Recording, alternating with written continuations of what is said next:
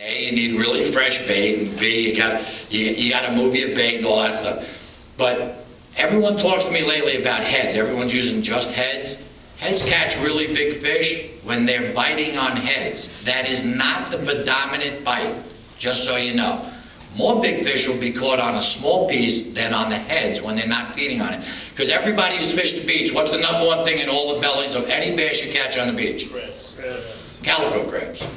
Which means that it's not an aggressive feed. That's why you guys fish in lures sometimes have a real tough time with big fish, because there's not an active bait pattern that will make these fish aggressive enough to attack your lures. I've actually been on the beach catching one fish after another, and there's guys with lures, you don't even get a swirl on the lure. That's amazing.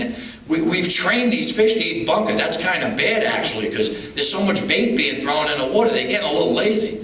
So they're kind of like grubbing and grubbing and grubbing. I've caught huge fish where you just like hand feeding the line. It's like, and you're like, what the hell is that? And all of a sudden, you got a big fish.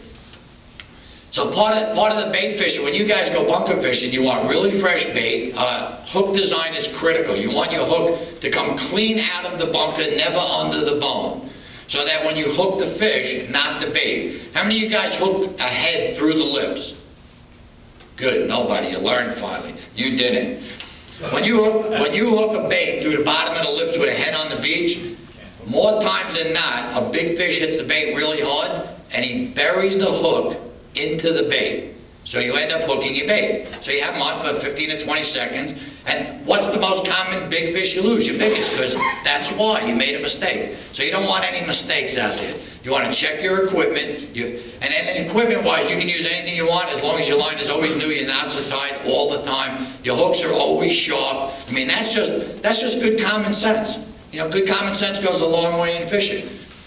Attention to detail is very important too. Like, when I go fishing on the beach, I watch everybody. I can tell you to my left how far the guy cast, what piece of bait he has, how long his leader is.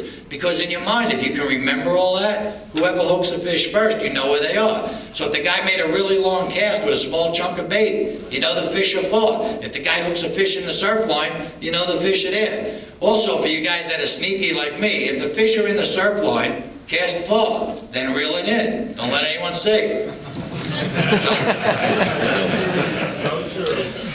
Try not to show off on the beach because you'll have a lot of company.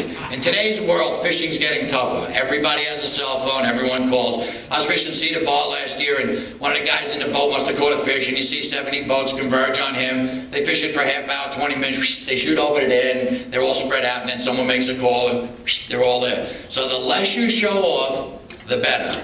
I had a mid-60 pound fish May 21st of last year, and I didn't tell anybody. So